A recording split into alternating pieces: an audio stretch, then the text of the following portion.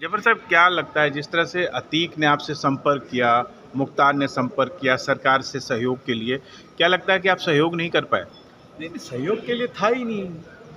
वो तो उनके उसको जब गुजरात की जेल में डाला था, सहयोग का तो काम ही नहीं था। बल्कि मैंने उनसे जब बात की, उसने मुझे तो मालूम ही नहीं था, उसने सीधा फ़ोन लगाया।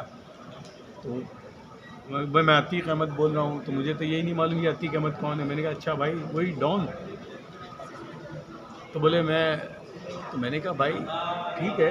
लेकिन फिर मैंने उनको जो बात कही वो ये थी कि जिस रास्ते पे आप चले हो, जो भी रास्ता है अंडरवर्ल्ड का या जो भी, उसका अंजाम जो है वो एक भयानक मोड़ पे आएगा। ये मैंने उनको कहा। और फिर मैंने कहा, क्योंकि वो जो लड़का आया था मुझे तो नहीं मालूम था कौन है, बाद में उसने बताया कि मैं उनका बेटा हूँ और वो MIT यूनिवर्सिटी में पढ़ता था। तो मैंने कहा कि भाई ये आपका बेटा है, मैं अभी इससे 2-5 मिनट मिला, ये बहुत होनहार है, इसको अपने रास्ते पे मत लेके जाना। बस यही। तो आप ये आश्चर्यचकित नहीं हुए कि गुजरात की जेल में अतीक के पास मोबाइल था? वो तो यार कोई नई बात नहीं है। डॉन लोगों के पास हर जगह पे होता ही है ना।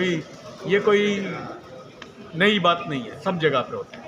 तो आपको ये डर भी नहीं लगा कि बाद में अगर कोई इंक्वायरी हुई तो ये होगा कि आप बात कर रहे थे मैंने उससे? क्या बात की थी? पर मुझे किस बात का डर? यानी क्या मैंने क्या बात की थी? क्या बात की? अगर कोई फ़ोन लगा कि आपको दे देगा हाथ में, मुझे तो यही नहीं मालूम था वो कौन है। और उसको मैंने हिदायत क्या दी कि जो रास्ते पे हो तुम, वो ठीक नहीं, वो रास्ते का अंजाम यही है। बाद में जब आपको पता चला कि बेटे का इनकाउंटर हो गया और अतीक और उसके भाई दोनों की जिस तरह से मौत हुई, उससे आपको कुछ सदमा लगा? बिल्कुल सदमा तो होगा जो भी है, लेकिन मुझे मालूम था इसका अंजाम यही होता है। हमने अपने बड़े डॉन अहमदाबाद में बड़े बड़े जो देखे थे, इस रास्ते का एंड भयानक ही होता है। क्या मैसेज देना चाहेंगे आप? मैसेज तो यही कि भाई सही रास्ते पे ही चलो, बस। हो सकता है उसमें थोड़ी देर लगती है, शॉर्टकट नहीं है कहीं पर भी ज़िंदगी में, शॉर्टकट नहीं है यही रास्ता है। उसलिए वो लड़के को कहा था कि भाई वो MIT यूनिवर्सिटी में पढ़ता है, किसको एडमिशन मिलता है, तो उसको इससे दूर रखना। अंत में वो उसी का शिकार हो गया। ऐसे ही होता है ना, उसका तो यही, इन सब चीज़ों का यही होता है। सर, लगातार वक्फ बोर्ड को लेकर एक बड़ा मुद्दा बनाया जा रहा है, तमाम तरह का विरोध प्रदर्शन हो रहा है, कैसे देखते हैं सरकार के इस कदम को?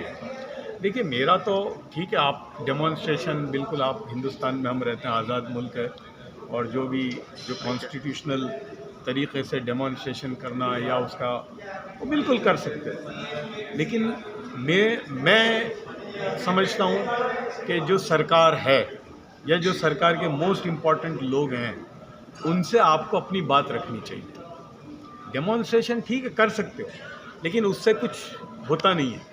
आपको जो लोग हैं इन्वॉल्व हैं, जो डायरेक्टली प्राइम मिनिस्टर और जो वक़्फ़ के अंदर जो लोग हैं, बड़े लोग हैं सब, वो डायरेक्टली अपनी बात रखें प्राइम मिनिस्टर से या जो इम्पोर्टेंट फंक्शनरी हैं गवर्नमेंट के। तो आप ये बात मानते हैं कि ये इस्लामी शरीयत के ख़िलाफ़ है? इस्लामी शरीयत के तहत जो इसके अंदर इन्वॉल्व होया जा रहा है? मैं तो आपसे ये पूछता हूँ कि ये तो अभी कानून आया ना, 75 साल से वक़्फ़ है, और वक़्फ़ का मकसद क्या है? बल्कि आपको पता है, वक़्फ़ जो है ना, ये वो इदारा है जो रसूलुल्लाह सल्लल्लाहु अलैहि वसल्लम ने सबसे पहले हिजरत के बाद जो मदीना पहुँचे तो सबसे पहले 2 इदारे कायम किए थे, औक़ाफ़ और बैतुल माल। और उसका मकसद क्या है वक़्फ़ का? यतीम, बेवा, मिस्कीन, गरीब, डाउन ट्रॉडन, उनके अखराजात का ख़्याल करना। तो आप मुझे बताओ 70 साल में कितने मुसलमान गरीब बच्चों का औक़ाफ़ से नान और नफ़क़ा पहुँचाओ, यतीम को पहुँचाओ, बेवा को पहुँचाओ। बल्कि आप इस्लामी मुल्कों में जाओ, वहाँ पर जो डिवोर्सी होती है ना, वो डिवोर्सी जिसको हस्बैंड नहीं दे सकता तो उसको भी मेंटेनेंस वक़्फ़ से मिलता है। तो क्या हमारे यहाँ डिवोर्सी है? कोई मुझे एक बता दो। तो मतलब आप बता रहे हो ना कि 8 लाख करोड़ की और या इतने प्रॉपर्टी है, उसका तो 2 में से एक चीज़ है, या तो हम डिसऑनेस्ट हैं या हम इनकॉम्पिटेंट हैं। या तो इतनी बड़ी हमारे पास मिल्कियत है, उसमें से हमारे में इतनी सलाहियत नहीं है कि हम इतने पैसे निकाल सकें, या हम बेईमान हैं। तो आपको लगता है इस कानून से मुसलमानों को फ़ायदा होगा? वो मुझे कानून पे तो जाना ही नहीं है ना। मुझे पहले ये बताओ ना कि जो पहले था पहले जो था उससे मुसलमानों का फ़ायदा हुआ?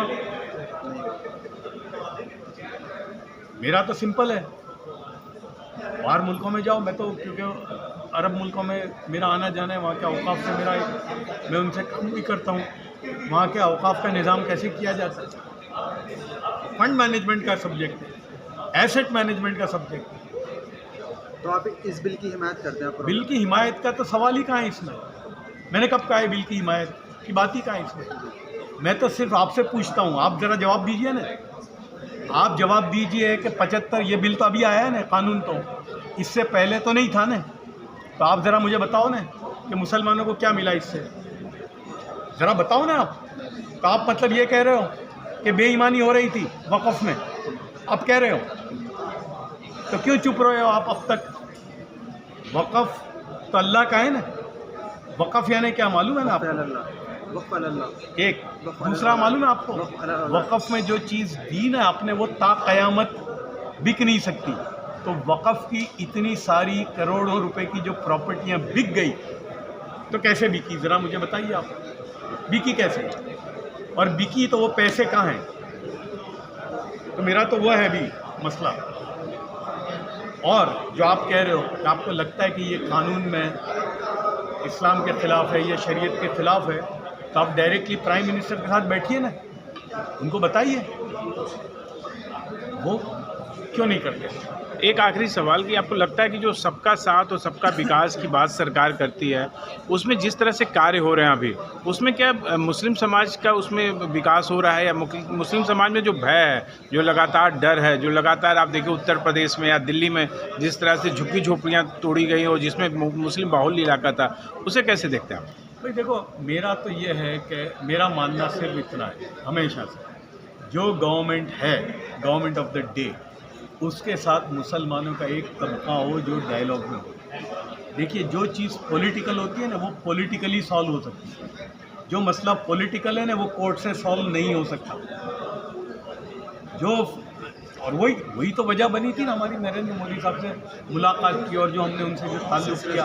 हाँ, तो आपको जो सरकार है, उस सरकार से स्टेट में भी और सेंटर में भी आपका एक तबका होना चाहिए जो उनसे बातचीत करे। भाई आप मुझे एक बात बताइए ना, हिंदुस्तान में आपने पूछा सवाल, 25 करोड़ मुसलमान हैं, तो ये 25 करोड़ मुसलमानों के मसले को आप जिसकी गवर्नमेंट है, जो प्राइम मिनिस्टर है, उनसे नहीं बात करेंगे तो क्या मोहम्मद यूनुस से करेंगे या शहबाज शरीफ से करेंगे? किससे करेंगे? पर यही तो सबसे बड़ा धोखा है, सबसे बड़ा दर्द है कि मुसलमानों के 25 करोड़ आबादी होने के बाद कोई एक मुस्लिम नेता नहीं है जो उनका नेतृत्व कर सके। मैं तो वो नेता की बात ही नहीं करता। मैं तो चाहता हूँ कि मुसलमान जो समाज है, जो आउटसाइड पॉलिटिकल सिस्टम, जो मुस्लिम बिजनेसमैन है, मुस्लिम प्रोफेशनल्स हैं, मुसलमान रिलीजियस लीडर्स हैं, उनका एक ग्रुप होना चाहिए जो सरकारों से मिले। हमने गुजरात में हमने पॉलिटिशियंस को इस्तेमाल नहीं किया, बार बार मिलते थे, कोई भी प्रॉब्लम मुसलमानों का आता था हम लेके जाते थे।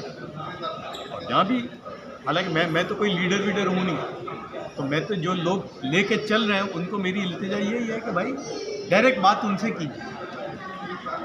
ठीक सर, शुक्रिया।